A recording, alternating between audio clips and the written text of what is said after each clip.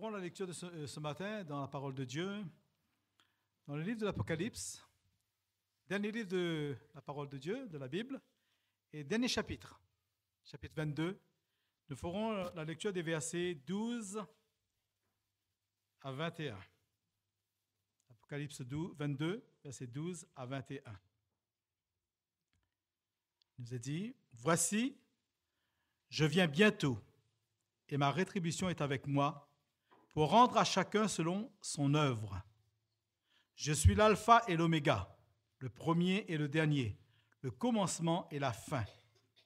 Heureux ceux qui lavent leurs robes afin d'avoir droit à l'arbre de vie et d'entrer par les portes dans la ville. Dehors les chiens, les magiciens, les débauchés, les meurtriers, les idolâtres, et quiconque aime et pratique le mensonge. Moi, Jésus, j'ai envoyé mon ange pour vous attester ces choses dans les églises. Je suis le rejeton et la postérité de David, l'étoile brillante du matin. Et l'Esprit et l'Épouse disent, viens. Et que celui qui entend dise, viens. Et que celui qui a soif vienne, et que celui qui veut prenne de l'eau de la vie gratuitement. Je le déclare, à quiconque entend les paroles de la prophétie de ce livre. Si quelqu'un y ajoute quelque chose, Dieu le frappera des fléaux décrits dans ce livre. Et si quelqu'un retranche quelque chose des paroles du livre de cette prophétie, Dieu retranchera sa part de l'arbre de vie de la ville sainte décrit dans ce livre. Celui qui atteste ces choses dit, oui, je viens bientôt. Que la grâce du Seigneur Jésus soit chez chacun d'entre nous. Que le Seigneur nous bénisse et qu'il nous donne une bonne écoute à travers le message qu'il veut nous délivrer ce matin par notre pasteur. Okay, merci beaucoup. Voilà, donc nous allons étudier un petit moment donc, cette notion-là. Alors, quand la Bible, particulièrement le Nouveau Testament, dans la langue grecque, utilise le mot « temps », il y a deux mots. En fait, il y a trois mots, mais il y a deux mots qui nous intéressent. Pour comprendre le temps, vous voyez sur mon schéma, si vous reprenez la statue de Daniel, chapitre 2, là, cette grande vision prophétique qui va du temps de Daniel, du temps du roi Nebuchadnezzar jusqu'au retour de Jésus, la pierre qui vient, qui frappe, l'histoire qui pulvérise tout ça et qui met le royaume de Dieu en place. Donc, vous avez, premier royaume, c'est Babylone, représenté par la tête d'or. Ensuite, vous avez, donc représenté par poitrine et les bras en argent. Ensuite, vous avez le ventre et les cuisses en bronze, qui représentent quel royaume? La Grèce. Vous avez les jambes de fer, qui représentent quel royaume? Vous avez ici Rome. Et puis vous avez donc l'éclatement de cet empire-là, ce morcellement va donner l'Europe actuelle. Vous voyez, donc nous avons un temps qui s'écoule, nous avons un calendrier, et Dieu a cette perspective de placer le calendrier dans l'histoire. Et c'est très important. Voilà, ça c'est le temps qui s'écoule. Ensuite, donc, nous sommes au temps de Rome. Jésus vient à l'époque des Romains. Et un jour, Jésus reviendra. Nous avons la certitude. Pourquoi? Parce que la Bible martèle cette certitude du retour de Christ. Alors, la première notion du temps que nous pouvons comprendre, essayons de le comprendre par rapport aux interventions de Dieu. Deux interventions décisives de Dieu dans l'histoire. D'abord, la première venue. Ça, c'est dans le passé, et la seconde venue qui se trouve devant. Alors, lorsque nous parlons du temps, il y a deux mots qu'il faut retenir. Il y a le mot chronos et le mot kairos. Qu'est-ce que le chronos? Le chronos, c'est le temps quantitatif. Le temps quantitatif, c'est le temps donc, où on utilise les unités de mesure, par exemple comme les secondes, les minutes, les heures, les jours, les semaines, les mois, les années, les siècles, les millénaires, etc. Donc ça se calcule en quantité. C'est le temps qui passe, le temps qui s'écroule. Le mot chronos a donné d'ailleurs le mot chronologie, qui décrit quelque chose qui se succède dans le temps. Donc, c'est le temps qui passe. Le deuxième mot, c'est le mot kairos. C'est quoi le kairos? Le kairos, ce n'est pas un temps quantitatif, c'est un temps qualitatif. C'est un temps précis. C'est un temps qui entre dans le temps général qui s'écoule et qui décrit l'intervention de Dieu. C'est-à-dire, c'est un moment précis, un moment favorable où Dieu va intervenir parce qu'il estime que c'est ce moment-là. Et ce temps-là est appelé le temps de la grâce. Le kairos, donc, n'est pas le temps qui s'écoule, le temps dans la durée, mais une intervention de Dieu parce que c'est le moment. C'est le temps où il faut intervenir et qui marque la grâce. Donc, par exemple, dans ce chronos que vous voyez, vous avez sur mon schéma, il y a un moment où Dieu estime que c'est le temps favorable. C'est le moment propice où Jésus doit intervenir. C'est le kairos, hein, quand Jésus vient. Ensuite, Jésus va revenir à un moment où Dieu estime que c'est le moment propice, le moment favorable. Donc, le kairos, c'est un temps qui a quand même une durée, mais une durée courte. Ça veut dire donc c'est quelque chose qui entre dans l'histoire, qui se réalise d'une manière très brève, très brièvement. Par exemple, la première venue de Jésus sur 3 années et demie. Quand Jésus meurt sur la croix, il y aura ensuite 3 jours au tombeau, ensuite la résurrection. Tout ça, c'est un laps de temps qui est court dans le temps long, séculaire, dans le temps long des siècles. Ensuite, quand Jésus reviendra, ce sera toujours dans un espace de temps court. Tout ça se fait d'une manière très rapide. Par exemple, lorsque nous prenons l'Apocalypse, chapitre 1er, le verset 3, nous avons ceci. Heureux, vous pouvez le lire avec moi, nous pouvons le lire ensemble. 1er, verset 3. On y va? Allez. Heureux celui qui lit et ceux qui entendent les paroles de la prophétie et qui gardent les choses qui y sont décrites, car le temps est proche. Le mot temps, c'est le mot kairos. Donc, vous voyez, quand on dit le temps est proche, ce n'est pas le temps qui s'écoule dans la durée du chronos, mais c'est plutôt quelque chose qui s'est rapproché. D'ailleurs, le mot proche, le mot angus, veut dire quelque chose qui s'est rapproché de vous. Donc, c'est-à-dire, voilà, Dieu est intervenu à un moment propice pour exercer, réaliser la grâce en votre faveur, et cette grâce s'est rapprochée de vous. Et il faut la saisir. Mais attention, la durée pour saisir cela est courte. Pourquoi? Je croyais que j'ai le temps pour cela. Je croyais que, je viens, et puis on verra bien, je mettrai ma vie en ordre, et voilà, je peux planifier autre chose. Eh bien, votre cœur ne fonctionne pas comme cela. Le cœur humain, naturellement, est résistant à la grâce. C'est-à-dire que si vous laissez passer le kairos, c'est-à-dire le moment favorable pour vous maintenant, puisque le moment favorable pour Dieu, il le fait, le moment favorable pour vous, vous pouvez le laisser passer. Ça ne veut pas dire que vous n'acceptez pas, mais vous pouvez toujours tergiverser, vous dire, j'ai encore un peu de temps, je dois réfléchir, je verrai bien, etc. Donc, en ce moment, qu'est-ce qui se passe? C'est que votre cœur s'habitue aussi à des frustrations, des malentendus, des déceptions qui vont vous rattraper et qui vont faire que, finalement, vous traînez en longueur alors que vous êtes proche de la grâce, mais vous ne la saisissez pas. D'où cette phrase, si aujourd'hui, continuez, si aujourd'hui vous entendez sa voix, n'endurcissez pas vos cœurs. Pourquoi? Parce que le cœur est quelque chose qui s'endurcit très vite. Donc, Dieu a un kairos, nous aussi, on a un kairos. Il ne faut pas laisser passer, c'est-à-dire, dès que ça arrive, il faut saisir tout de suite et céder à Christ. Il faut céder à Jésus. Sinon, cette obéissance, si ça ne vient pas, dans le temps, le cœur résiste. Parce que multiples résistances, multiples arguments ou raisons peuvent entrer dans cette affaire-là. Alors, j'avance assez vite. Toujours dans le livre de l'Apocalypse, nous sommes au chapitre 10 et le verset 6. Il y a un serment qui est fait par un ange.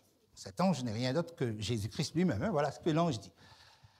L'ange jura par celui qui vit au siècle des siècles, qui a créé le ciel et les choses qui y sont, la terre et les choses qui y sont, qu'il n'y aura plus de temps.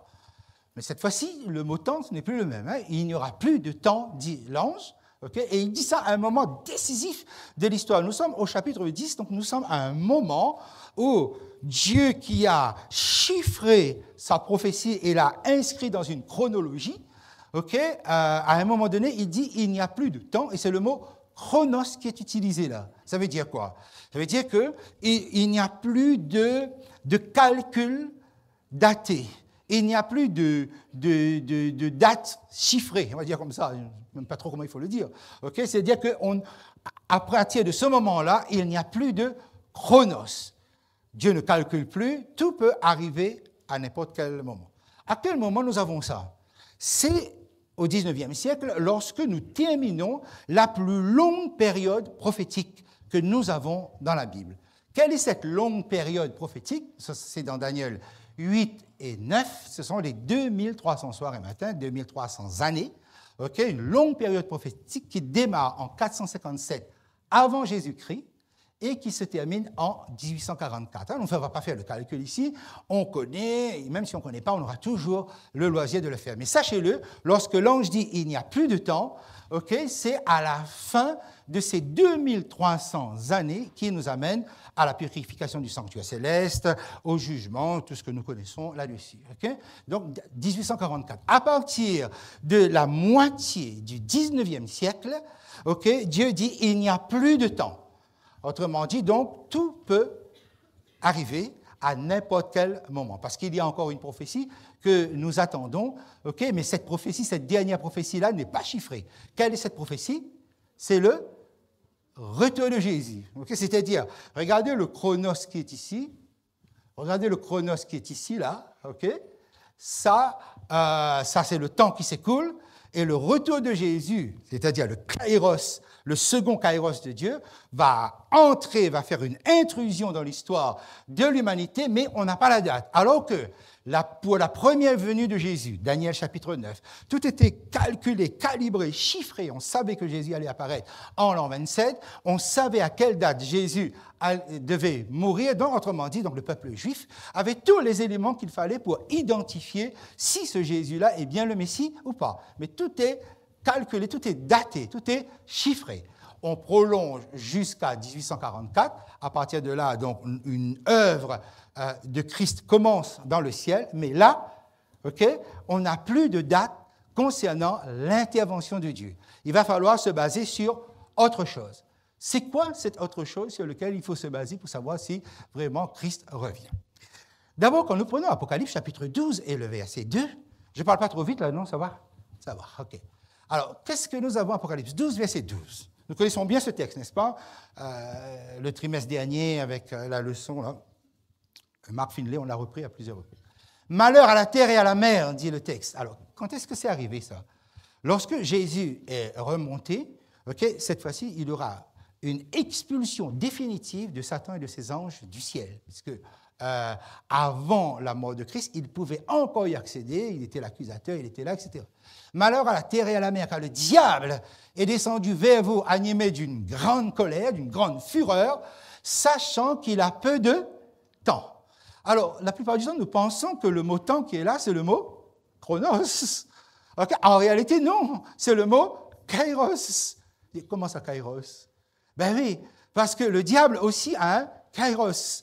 C'est-à-dire, il a un temps qui lui est accordé, on peut dire que c'est un temps favorable qui lui est accordé pour mettre à exécution son plan. On lui donne un temps. Mais est-ce que ce temps-là est un temps qui est prolongé indéfiniment? Non, c'est un temps qui est court. Et c'est le peu de temps qui le met en colère. Il est en colère parce qu'il a peu de temps. Cela veut dire quoi? Ça veut dire, mes amis, que le diable aurait voulu une prolongation de temps. Il aurait voulu un temps plus long. Pour quelle raison? Parce que il a peu de temps, mais il n'a pas l'autorisation de pouvoir créer les conditions de destruction qu'il aurait voulu le plus rapidement pour amener l'homme à rejeter définitivement son Dieu, ou totalement son Dieu. Donc, il doit le faire à travers l'homme. Mais le problème est là, c'est que la nature humaine n'est pas la nature des anges. Si vous prenez un ange et vous dites, voilà, déséquilibre-moi, s'il te plaît, la machine climatique et crée des cataclysmes. Un ange fait ça en quelques minutes, voire même quelques secondes, ça se fait, okay? Parce qu'ils ont un pouvoir que nous n'avons pas. Mais si vous devez arriver à ce résultat en utilisant l'homme, il va falloir beaucoup de temps. Il va falloir raisonner en termes de siècles. Pourquoi? Parce que la nature humaine est une nature qui est lente. Et d'autant plus, Pierre dit, Dieu ne tarde pas dans l'accomplissement de ses promesses comme quelques-uns le croient, mais il use de patience envers vous, ne voulant pas qu'aucun périsse, mais voulant que tous... OK. Donc ça veut dire que la grâce est offerte. Et voilà qu'il doit composer avec la nature lente de l'homme pour amener la destruction de la création, pour dérégler toute la machine. Il lui faut beaucoup de temps et il a peu de temps. Et maintenant, on comprend pourquoi Dieu a limité l'intelligence humaine. Pourquoi? Parce que, mes amis, la nature humaine piège le diable. Okay? L'homme ne va pas aussi vite. L'homme a une grande intelligence, mais il faudra du temps pour arriver à ce qu'il voudrait voir arriver. Donc, c'est bien. Je reprends mon schéma ici. À partir de 1844, on va dire qu'il n'y a plus de temps, il n'y a plus de prophétie chiffrée. Autrement dit, je ne peux pas me baser sur une date, sur un calcul pour dire « je suis à proximité du retour de Jésus ». Non. Alors, je vais me baser sur quoi alors? Qu'est-ce qu'il y aura? Ce sera ce qu'on appelle les signes des temps. Les signes des temps vont constituer les repères par lesquels je vais pouvoir lire la proximité. Donc, je rappelle, connaître la proximité du retour du Christ n'est pas en fonction d'une date, puisque la date ne m'est pas donnée. Hein? Pas de calcul, pas de chiffrage, tout ça à faire. Non. Il va falloir que je regarde les signes des temps et je me base sur les signes des temps pour dire Jésus est proche à la porte. Mais le fait est là, c'est que les signes des temps, ça existe depuis toujours. Mais lorsque Jésus en parle, il parle comme une recrudescence qui nous amène au retour de Jésus. Donc ça veut dire que ma lecture des signes des temps devra être, est-ce que je vois une augmentation? Est-ce que je vois une intensification? Est-ce que je vois quelque chose qui monte et qui me rapproche du retour de Jésus? C'est ça que je dois être capable de faire. Mais qu'est-ce que les signes des temps, frères et sœurs? C'est quoi les signes des temps? Les signes des temps, c'est la destruction de la machine de la création. Dieu a créé et on va déséquilibrer tout ça et ça aura des effets, ça aura un impact, ça aura des conséquences sur la terre. D'accord? Donc on touche bien à la création de Dieu. Mais vous remarquez, hein, je veux dire, le diable, il est très rapide. Lorsque, par exemple, Dieu l'autorise à perturber Job, vous avez vu en combien de temps il fait ça? Okay? Et regardez bien ce qu'il utilise. Si vous relisez Job chapitre 1er, vous allez voir. Okay? D'abord, la guerre et les bruits de guerre. C'est-à-dire, les Sabéens, les Chaldéens arrivent et mettent à sac tous les biens de Job et les serviteurs. Ensuite, il y a la foudre et après un vent violent. Donc, il utilise les cataclysmes. Pratiquement les mêmes choses que nous observons maintenant. Guerre et bruit de guerre. Okay? C'est-à-dire, donc, il arrive à manipuler d'une manière extrêmement rapide les humains pour opérer une razzia concernant les biens de Job. Okay? Et puis les cataclysmes. Et regardez bien, ça c'est lui qui le provoque, mais ça va très vite ça. Job est là, Dieu dit, ok, vas-y, mais tu ne touches pas à sa vie. Paf, dans la minute qui suit, tout est détruit. C'est ce qu'il aurait voulu, mais Dieu ne lui permet pas de faire ça. Alors qu'est-ce qui se passe? Il va falloir qu'il utilise les humains.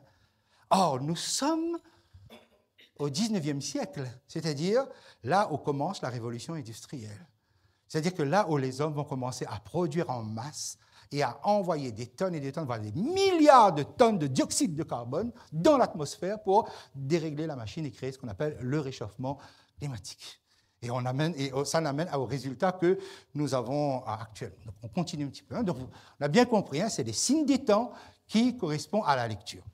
Luc, chapitre 21, verset 1, vous avez donc Jésus qui énumère les signes des temps, les guerres, les bruits de guerre, les tremblements de terre, voilà, les phénomènes terribles. Pourquoi le diable est fâché? Dans le chapitre 12 de l'Apocalypse 12, on dit qu'il est très en colère. Prenez avec moi Apocalypse 12, verset 12. Il y a là quelque chose que j'aime bien. Le chapitre 12 est un texte, peut-être même le texte le plus connu de l'Apocalypse que nous avons. Voilà. J'ai changé de Bible là parce que j'arrive plus à lire l'Apocalypse dans ma Bible. Il y a trop de couleurs, trop de gribouilles. Okay, voilà. Alors, on va considérer un moment ça. Donc, vous êtes avec moi, chapitre 12. Dans le 12, il est animé d'une grande colère, sachant qu'il a peu de temps. On va essayer de considérer un moment ses actions et les résultats de ses actions. Alors, verset 3, un signe dans le ciel, le dragon rouge, c'est le diable. Verset 4, Sa queue entraînait le tiers des étoiles du ciel. C'est qui les étoiles du ciel là qu'il a réussi à entraîner? Les anges. Combien? Le tiers. Est-ce que c'est un succès ou c'est un échec? C'est un succès pour lui. OK. Combien il voulait entraîner avec lui? Tous. Il entraînait le tiers. C'est un succès pour lui? OK, d'accord. En fait, on peut dire que c'est un succès mitigé, mais en réalité, OK, il a réussi qu'à un tiers. Il a échoué sur 2 tiers. Donc, on va dire que c'est un échec. Alors, ensuite, j'étais au verset 4. Et le dragon se tint devant la femme, l'Église, le peuple de Dieu, qui allait enfanter, afin de dévorer son enfant. Voilà son objectif, afin de dévorer son enfant. Verset 5, elle enfanta un fils qui doit paître toutes les nations avec une verge de fer, et son enfant fut enlevé vers Dieu, vers son trône. Est-ce que le diable a réussi ou il a échoué? Il a échoué. Okay. Verset 7. Il eut guerre dans le ciel. Michel et ses anges combattirent contre le dragon, et le dragon et ses anges combattirent, mais ne furent pas les plus forts, et leur place ne fut plus trouvée dans le ciel. Il fit précipiter le grand dragon, le serpent ancien, appelé le diable et Satan, celui qui séduit toute la terre. Il fut précipité sur la terre et ses anges. OK, combat dans le ciel. Il a réussi ou il a échoué? Échec. D'accord. Verset 13, je passe très vite. Le dragon, voyant qu'il avait été précipité sur la terre, il poursuivit la femme qui avait enfanté des enfants mâles. Et les deux, il poursuit la femme, donc c'est-à-dire le peuple de Dieu, la femme, c'est ça. Et les deux, verset 14, et les 2 ailes du grand aigle furent données à la femme qui s'envola au désert vers son lieu où elle est nourrie un temps d'étant la moitié d'un temps. Il poursuit la femme. Il a réussi ou il a échoué? Échoué. Okay. Verset 15. Et de sa bouche, le serpent lança de l'eau comme un fleuve derrière la femme afin de l'entraîner par le fleuve. Et la terre secourut la femme et la terre ouvrit sa bouche et engloutit le fleuve que le dragon avait lancé de sa bouche. Est-ce que le diable a réussi ou il a échoué? Il a échoué. Vous avez vu ça? C'est que tout le chapitre 12 nous montre le diable qui échoue dans toutes ses entreprises, dans toutes ses tentatives. Frères et sœurs, il y a en face de nous un adversaire qui est déjà vaincu. Il y a un adversaire qui connaît le goût de la défaite. La grande colère qui l'anime, c'est que justement, ces échecs à répétition ne font qu'inaugurer la défaite finale. Mes amis, le diable peut gagner des batailles dans votre vie. Il ne gagnera jamais la guerre de votre existence. Et là, il faut dire Amen. Non, OK. De temps en temps, il faut vous obliger un peu à sortir ça. OK. C'est ça. Vous voyez, c'est que le diable ne peut pas gagner la guerre de votre existence. Il gagne des batailles, mais il échoue. Il échoue parce que vous avez Jésus dans votre vie. Quand vous avez Christ dans votre vie, il échoue à cela. Donc, nous pouvons comprendre que maintenant, qu'est-ce qu'il va faire? Qu'est-ce qu'il commence? Quelle est l'opportunité qui est devant lui à partir du 19e siècle, lorsque les hommes commencent à produire et à lancer des combustibles là dans toute la pollution dans l'air? Il va commencer à réaliser son projet. Mais il sait qu'il a peu de temps. Le temps favorable pour lui est très court. On va essayer de considérer un petit moment ce que nous avons ici. Mais puisque nous avons bien une recrudescence, et on arrive jusqu'au moment où Jésus va revenir. Regardez ce que Christ dit. Veillez donc et priez en tout temps, afin que vous ayez la force d'échapper à toutes ces choses qui arriveront et de paraître debout devant le Fils de l'homme. Oui, c'est un combat qui sera difficile. La Bible ne nous a jamais dit que ce sera facile, non, voilà, on est engagé dans cette guerre que Christ mène contre le diable. Veillez donc et priez en tout temps afin que vous ayez la force d'échapper à toutes ces choses. À toutes ces choses, c'est quoi?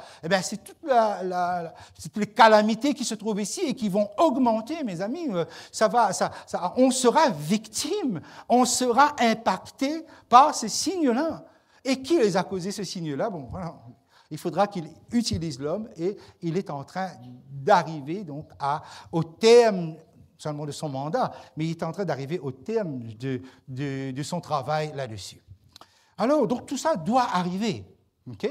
Alors, le diable, ça ne l'arrange pas qu'on lui donne peu de temps, parce qu'il aurait voulu plus que cela, que le kairos, le moment favorable, soit d'une ampleur plus large.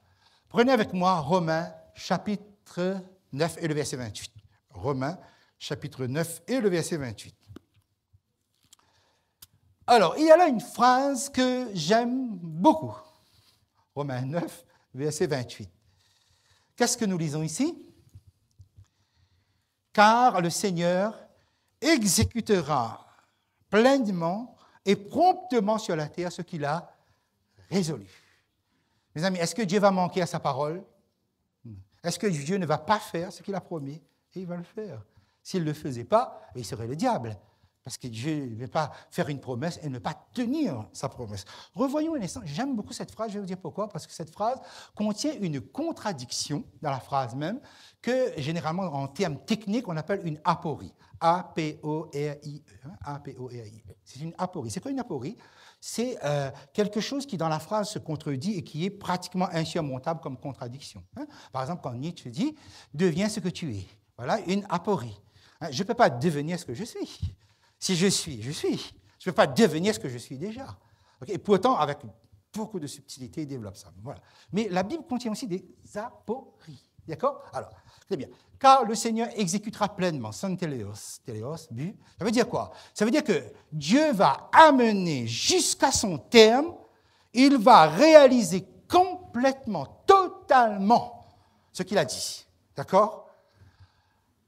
Non seulement donc il les exécutera pleinement, mais aussi promptement. Santemno, ça veut dire quoi le santemno? Le santemno, c'est ceci. Je prends quelque chose et je le découpe, je coupe, pour aller plus vite, okay, je le coupe et j'exécute ça. Okay? C'est-à-dire, donc j'abrège, j'expédie brièvement. Et c'est ça qui est une contradiction, justement. Dieu se positionne en mode contradictoire là-dessus. Pardon. Voilà. Quelque chose mesure 50 cm. J'ai dit, je vais l'exécuter. Je coupe, je jette 25, je garde 25 et j'exécute 25. Ben, je n'ai pas exécuté totalement, là. Okay? J'ai abrégé, j'ai coupé. D'ailleurs, le mot santemno veut dire couper. Okay? Et c'est ça, c'est que, regardez bien, Dieu dit, il va réaliser pleinement, mais il abrège. C'est-à-dire, il raccourcit. C'est ce qui met le diable en pétard, en colère aussi. Okay? Mais Dieu va le réaliser. Alors, sur la terre, ce qu'il a résolu, sur le mot logos, s'il a dit quelque chose, il va le faire. Mais ça, c'est Dieu normalement. Vous voyez la création, que la lumière soit et la lumière Psaume 33. Car il dit et la chose arrive. Il ordonne et elle existe. Voilà, donc c'est-à-dire que normalement, la parole de Dieu vaut acte. Okay? Ça veut dire, si Dieu l'a dit, ça va se faire. Mais maintenant, nous, on est dans le chronos, nous. On trouve que c'est long. On souffre avec ça. On aurait tellement... Mais Dieu dit quoi? Ben, je vais faire pleinement, parce qu'il y a des contraintes d'antériorité avant le retour de Jésus. Je vais les exécuter, mais je vais les abréger. Pour qui? Pour vous. De façon, pensez déjà à un texte. Alors, mes amis, nous allons considérer quelque chose. Ça, je le prends comme exemple. Que j'ai mis ici. Oui, voilà. Jésus a dit qu'il y aura des tremblements de terre. Très vite, je ne vais pas m'attarder dessus, parce que ce n'est pas le truc. Mais pour les besoins de la démonstration. Alors, on va dire, sur les 30 derniers jours, Jésus dit, il y a eu 31 095 séismes dans le monde. Okay? C'est les 30 derniers jours. Alors, si je veux savoir combien de séismes en moyenne il y a eu par jour, ben je divise 31 095 par 30 et ça me donne 1036 séismes par jour. C'est-à-dire, donc, entre le moment où je vous parle là et 24 heures auparavant, c'est-à-dire 11h30 vendredi, hier, okay, là aujourd'hui, il y a eu 1036 séismes dans le monde, c'est-à-dire 1036 tremblements de terre, okay, avec des intensités de magnitude diverses. Okay? C'est énorme. Okay? Et ce matin, alors vous voyez, c'est ce matin, 3 août 2024, 2h29, le temps universel. Nous, à La Réunion, nous avons 4 heures d'avance sur le temps universel. Donc, il était 6h29. Je fais cette capture d'écran. Et vous avez les 20 séismes, tremblements, les plus larges, comme vous avez ici, là, les plus intenses qu'il y a eu sur la Terre ces dernières 24 heures. Okay? Voilà, j'ai entouré regardez ça. Ça, c'est les 20. De magnitudes différentes. Okay? Imaginons que je prends les 1036 et que je le mette sur le tableau là. Vous voyez ce que ça va représenter? C'est inédit. C'est la première fois dans l'histoire du monde que nous avons ça. Donc, il y a bien eu une augmentation des séismes, des tremblements de terre sur cette terre. Okay? Mais maintenant, on va dire, oui, j'ai fait un petit calcul. De l'an 1000 à l'an 2000, donc calculer tous les 20 ans ce que ça donne, on va dire que de l'an 1000, les catastrophes des tremblements de terre, il y a eu 160 000 morts tous les 20 ans. Entre l'an 1000 et l'an 2000, si nous découpons en tranches de 20 ans, on va dire une moyenne, 160 000 morts tous les 20 ans. Okay? Et ça m'a pris un temps fou, mais j'ai dû m'arrêter à 2022, okay? De janvier 2000 à juin 2022, c'est-à-dire donc à peu près une vingtaine d'années, okay? Il y a eu 822 366 morts. Ça veut donc dire 5 fois plus. Vous voyez? C'est incroyable. Ces 20 dernières années, il y a eu 5 fois plus de morts que les autres 20 années précédentes. Okay? Donc, il y a bien recrudescence, il y a bien quelque chose qui a augmenté. Mais c'est dû à quoi, ces tremblements de terre? Mais la responsabilité est humaine, pourquoi? Parce que j'ai mis ici forage thermique, extraction pétrolière, les essais d'armes nucléaires, les barrages hydroélectriques, les tiers de mines, les exploitations gazières, etc. Mais ce sont les hommes qui fragilisent l'écorce terrestre. Okay? Mais c'est là où l'adversaire a voulu les amener à une mauvaise gestion des biens de Dieu.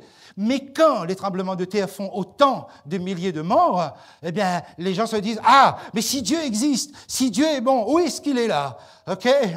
Ben, les hommes ne retournent pas la responsabilité sur eux-mêmes, en fait, qui augmentent justement cela. Okay? Par exemple, c'est un chien, n'importe lequel. Okay? Vous savez que techniquement, il est possible pour des hommes, avec la technologie le plus avancée que nous avons actuellement, vous savez qu'est-ce qui fait des morts au niveau des tremblements de terre?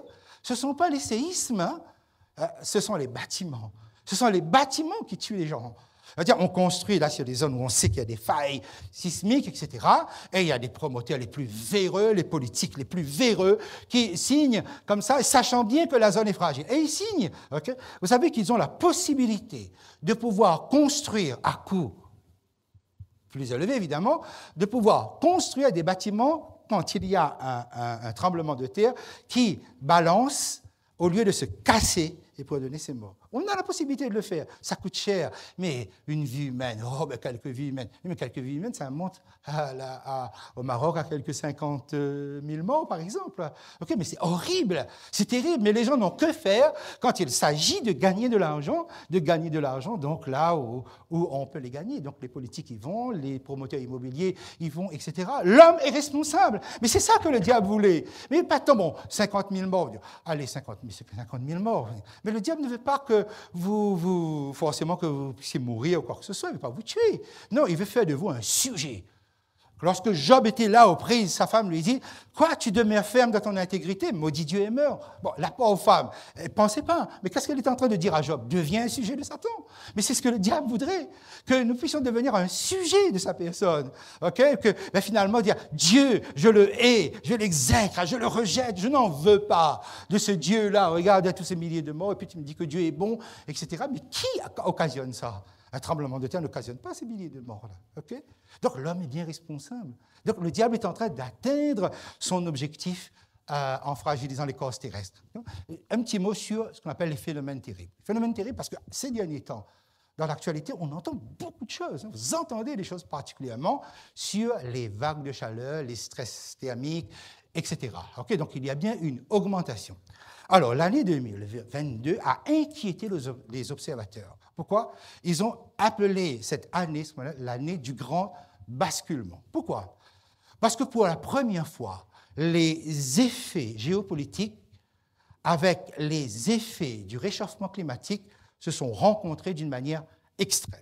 C'est-à-dire, la guerre en Ukraine a fait que l'Ukraine et la Russie, qui sont de grands exportateurs de céréales, ne peuvent plus exporter leurs céréales parce que l'Ukraine, normalement, n'exporte pas à la mer, il ne peut plus le faire. Donc, ça diminue l'exportation. Mais la Russie, à cause des sanctions économiques du G7, ne pouvait plus non plus exporter. Mais en même temps, qu'est-ce qui s'est passé? Dans la même année, eh bien, les pays de l'Asie du Sud-Est particulièrement, l'Inde, le Pakistan, la Chine, on peut même aller un petit peu plus loin, ils se sont retrouvés avec une sécheresse extraordinaire qui fait que le rendement agricole a baissé.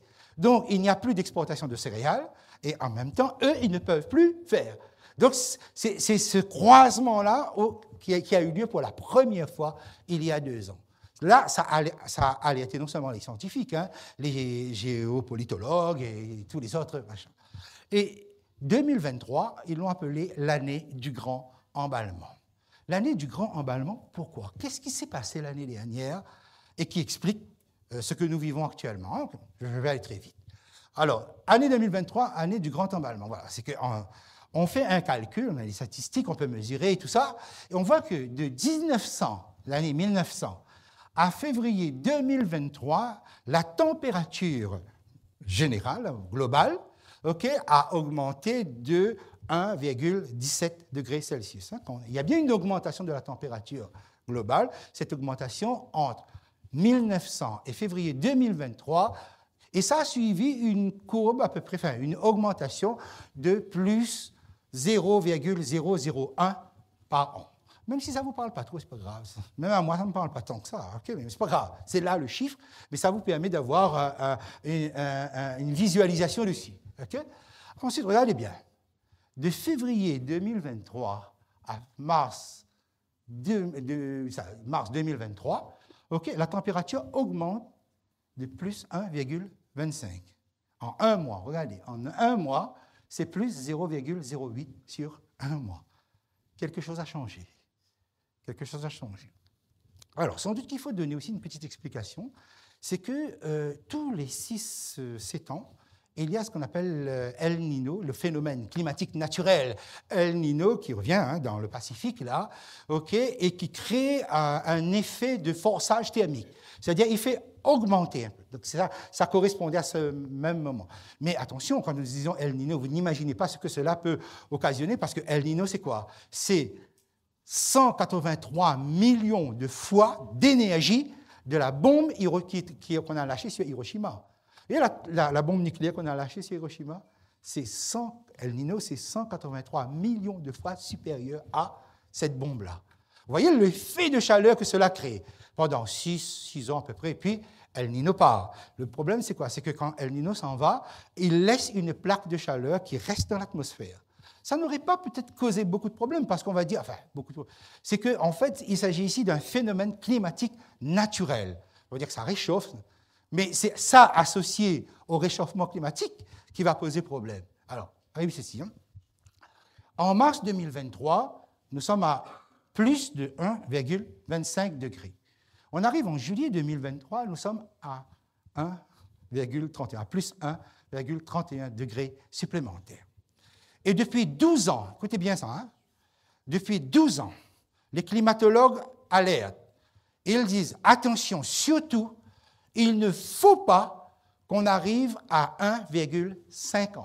Surtout pas qu'on arrive à 1,50. D'accord?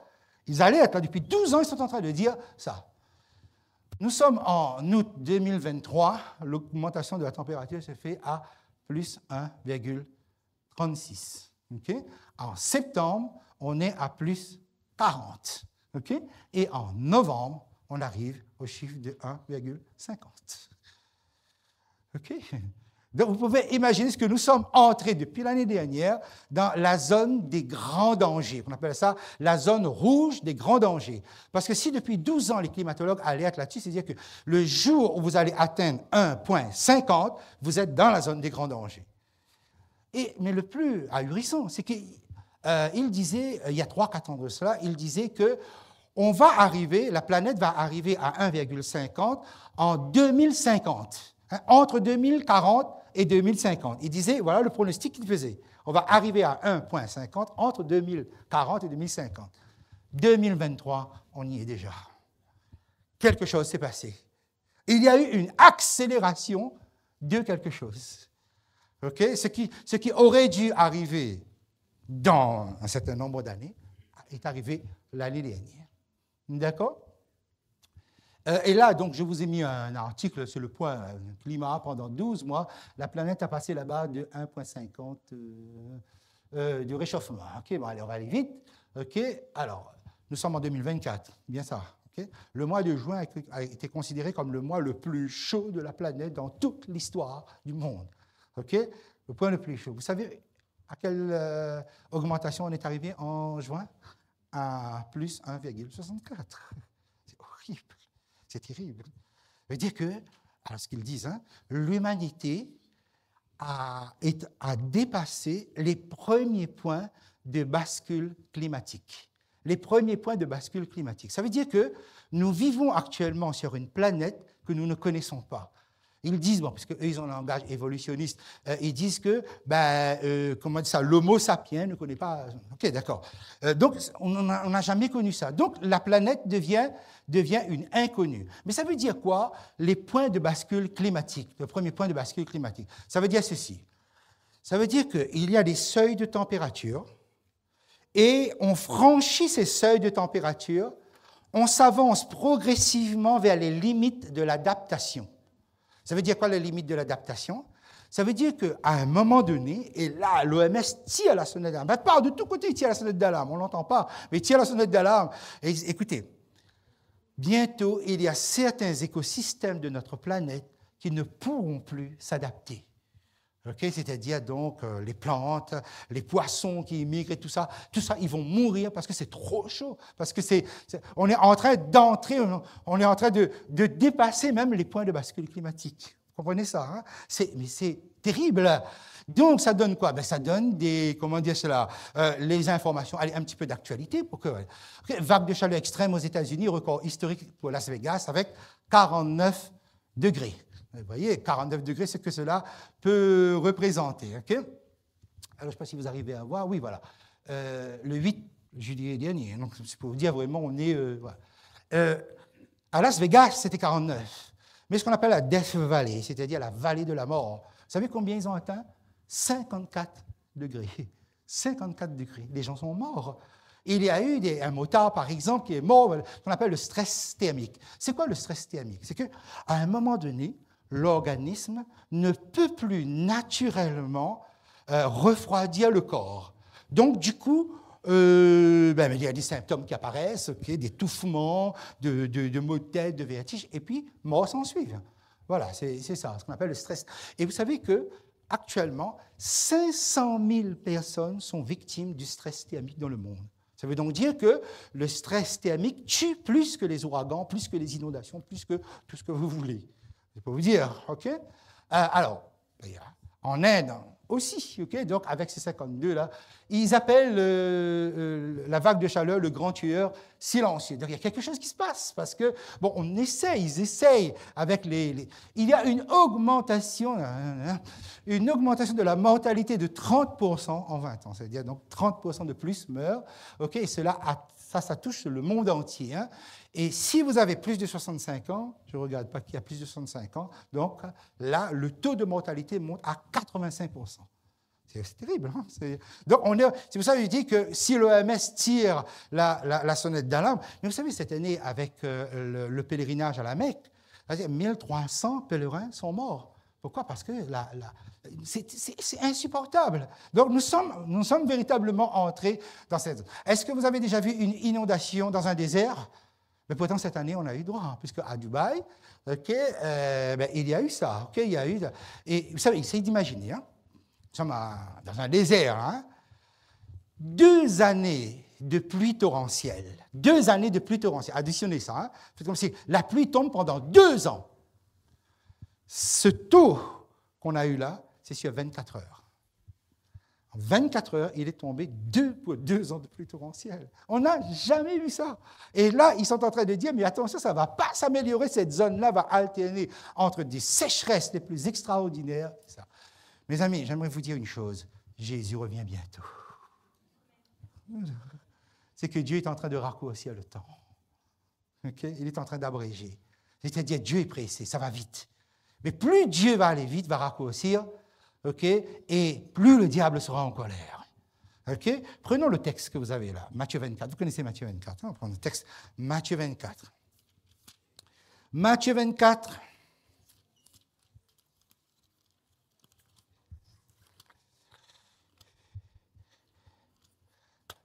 Vous l'avez? Alors, à partir du verset 21. Car la détresse, prenez dans tous les sens du terme que vous pouvez, car la détresse sera si grande qu'il n'y en a point eu de pareil depuis le commencement du monde jusqu'à présent et qu'il n'y en aura jamais. Donc, ça veut dire que l'augmentation, la recrudescence, l'intensité de ces événements, de ces signes des temps, ça sera incroyable, mes amis. On ne va pas tenir le coup.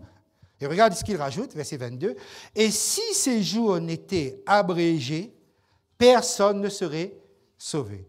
Mais à cause des élus, en faveur des élus, ces jours seront abrégés. » Donc, c'est-à-dire que nous sommes en train d'entrer dans la zone où l'environnement ne peut plus s'adapter au climat. C'est-à-dire la machine est beaucoup trop déréglée pour pouvoir faire face. Okay? Et Jésus revient. C'est une bonne nouvelle parce que je suis pressé que Jésus revienne. Hein? Que votre cœur ne se... Croyez en Dieu et il y a plusieurs demeures dans la maison de mon Père. Si cela n'était pas, je vais vous préparer. Et lorsque je m'en serai allé, que je vous aurai préparé une place, je reviendrai et je vous prendrai avec moi afin que là où je suis, vous y soyez aussi. Quand le texte qui a été lu par notre frère Jean tout à l'heure, Apocalypse chapitre 22, okay, l'épouse et l'esprit disent « Viens ». L'esprit, c'est le Saint-Esprit. L'épouse, c'est le peuple de Dieu. Il y a une telle jonction, j'allais dire symbiose, relation symbiotique entre l'Église et le Saint-Esprit qu'ensemble, ils disent à Jésus, viens. Okay? Et Apocalypse 22, le verset 10. L'Esprit et l'épouse disent, viens. Que celui qui entend dit, viens. Chacun de vous. Okay? Que celui qui entend dit, viens. Okay. Est-ce que vous n'êtes pas pressé que Jésus revienne? On doit être à la maison, il faut qu'on soit à la maison. On n'a plus envie de continuer bien longtemps sur cette terre. Celui qui atteste ces choses, c'est-à-dire maintenant c'est Jésus, celui qui atteste ces choses dit, oui, dites-le avec moi, oui, je viens bientôt. Amen. Viens Seigneur Jésus. Que Dieu vous bénisse. Frères et sœurs, ne jouons plus avec le salut, parce que le Kairos prend fin et que nous allons enfin vers notre destinée éternelle. Amen.